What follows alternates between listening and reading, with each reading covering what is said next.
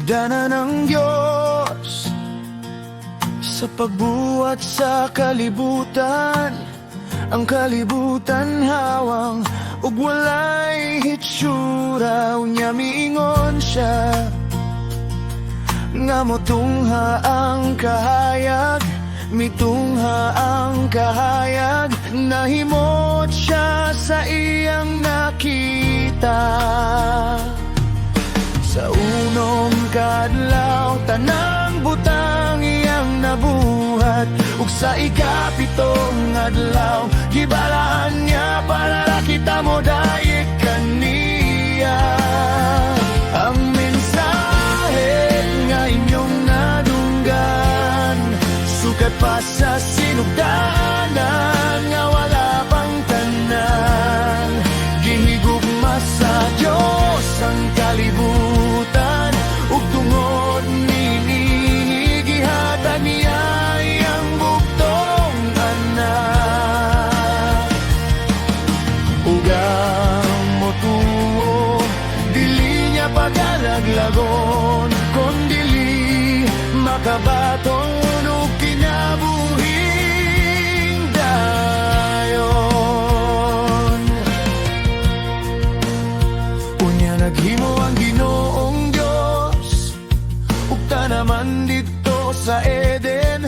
Unya gibutang niya ang tawo sa pagatiman dito sa tanaman. Ang kasagaran sa tao nahibalo, nga samansanas nakasala ang tao. Ug angayan ba nga samansanas nga ang Dios mipakana ug ni Kristo. Sumala sa kasulatan tanang butang hiloan, pinaagi sa dugo kitang tanan iyang gipasaylo. Ang mensahe nga inyong nadunggan, sukat pa sa sinugdanan nga wala pang tanan. Gihigugma sa Diyos ang kalibutan, ug tungod niini gihatag niya iyang bugtong anak. Kay si Jesus haduol ang mobalik, iyang pagakuhaon tanan iyang pinilig. Iyang pag-ausabon ang lawas ug langit nun, andamang kaugalingon kay dito kita pagakuhaon.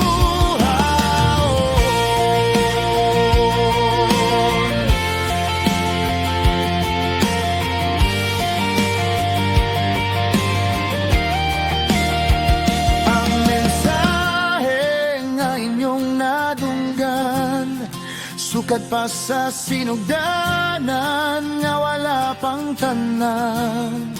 Gihigugma sa Diyos ang kalibutan, ug tungod niini gihatag niya iyang bugtong anak. Kay si Jesus haduol ang mobalik, iyang pagatuhan kanan iyang pinili. Usabon ang lawas ug langit nun, andamang kaugalingon kay dito kita pagakuhaon. Ang motuo dili niya pagalaglagon, kon dili makabaton ug